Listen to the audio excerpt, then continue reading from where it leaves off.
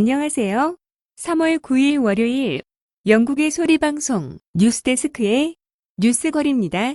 오늘은 첫 소식으로 본 방송 박지현 팀장이 3월 8일 세계여성의 날을 맞아 브뤼셀에서 열린 행사에 초대되어 다녀온 소식을 보도해드리겠습니다. 우한 폐렴으로 세계 각국의 행사들이 취소가 되고 있습니다. 이미 보도되었던 바와 같이 뉴욕에서 열리려던 북한 여성들의 인권을 알리는 행사도 예외는 아니었습니다. 그러나 다행히 브뤼셀에서 열린 행사는 취소가 되지 않았습니다. 이날 행사에는 1982년생 김지영, 을센 한국인 작가와 함께 영국의 소리방송 박지현 팀장이 한반도 여성 문제에 대해 이야기하기로 되어 있었으나 한국 작가는 우한 폐렴으로 참석을 하지 못했습니다.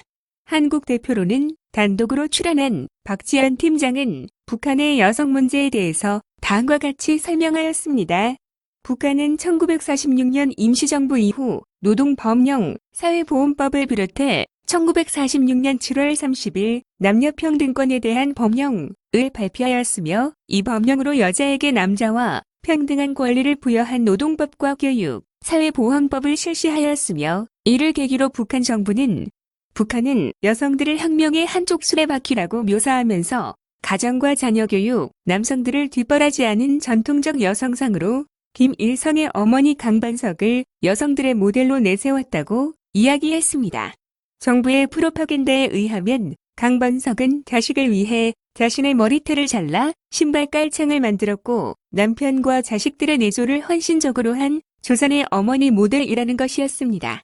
김정일의 후계자로 올라감 1974년 이후 김정일의 어머니이며 김일성의 본처인 김정숙이 여성들의 우상으로 조선의 어머니로 부상하게 되었다고 이야기했습니다. 박 팀장은 2014년에 발표된 UN 북한 인권 보고서에는 북한 여성들이 자국 내 인권 유린들과 중국에서의 인신매매, 성매매들에 대한 밝힌 부분들이 포함되어 있지만은 실제로 국제사회는 보고서 외에는 북한 여성들 인권 향상을 위해 실질적인 행동이 없다고 지적했습니다. 실제로 휴먼라이트 워치가 발표한 전 세계 여성들 문제에 대한 기사에는 북한이 가졌으며 박 팀장은 자신이 이용하는 소셜미디어 트위터의 이 부분을 지적하기도 했습니다. 또한 박 팀장은 1948년에 세계 인권선언문에서 남녀평등을 이야기했지만 실제로 여성의 인권을 명시한 것은 1993년 비엔나 협정이고 여성의 인권은 인권이다 라고 베이징 선언 14조에서 정확하게 명시했다고 이야기했습니다. 북한은 1946년에 북한은 남녀평등을 실현한 나라라고 주장하고 있지만 실제 어디에도 북한 여성의 인권은 존재하지 않고 있다고 비판했습니다.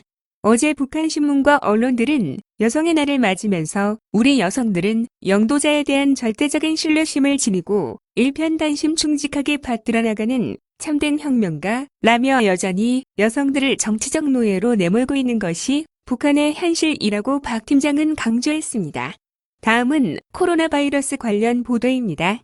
영국 NHS에서는 오늘 현재까지 감염 의심자 23,513명을 테스트하였고 이 중 273명의 확진자를 발견하여 치료 중이고 이 중에 12명이 사망하였다고 발표하였습니다. 어제 일요일에도 북아일랜드에서 5명의 확진자가 발견하였다면서 나름 잘하고 있다고 자화자찬급의 보고를 BBC에 하였습니다. 이태리에서는 133위단 사망자가 주말을 넘기며 366명으로 급증하였고 확진자가 7,375명이라고 발표하였습니다. 영국 외무성에서는 이미 이태리 여행자들을 경고하였고 이태리에서 도착하는 승객은 증상 유무에 관계없이 무조건 14일간을 격리시키고 있습니다. 몇 개의 항공사들은 자발적으로 운항을 중지하고 있기도 합니다.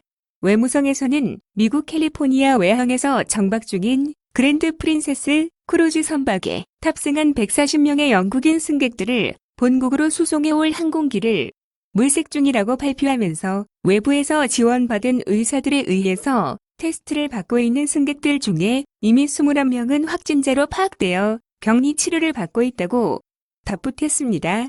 코로나 바이러스의 영향으로 영국의 주식 가격은 FTSE 100 인덱스 기준 8%가 하락했으며 오색 국가들과 러시아와의 원유 가격 경쟁이 시작되었다고 BBC는 보도했습니다.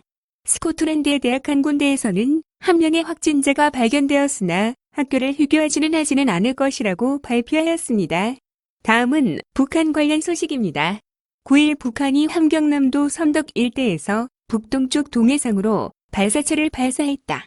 북한이 발사체를 발사한 것은 김정은이 문재인에게 우한폐렴 확산에 대한 위로의 뜻을 담은 친서를 보낸 지 5일 만이다.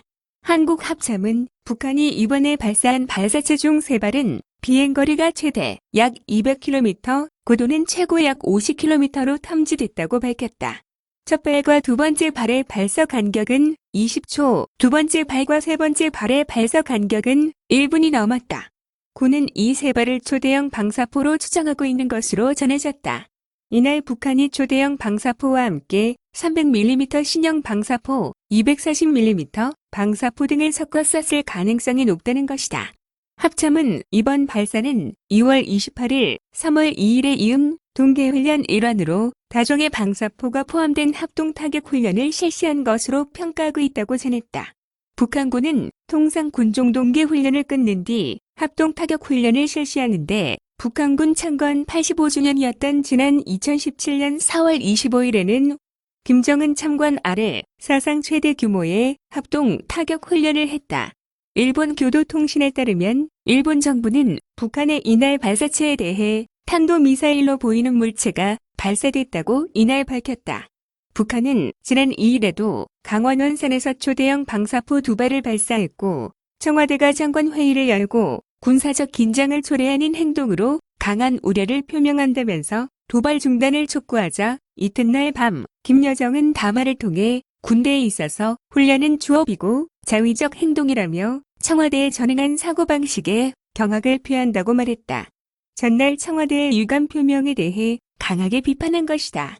합참은 이날 북한의 이러한 행동은 한반도에서의 군사적 긴장 완화와 신뢰 구축을 위해 노력하기로 한 9.19 군사합의의 기본 정신에 배치되는 것으로 강한 유감을 표한다고 밝혔다.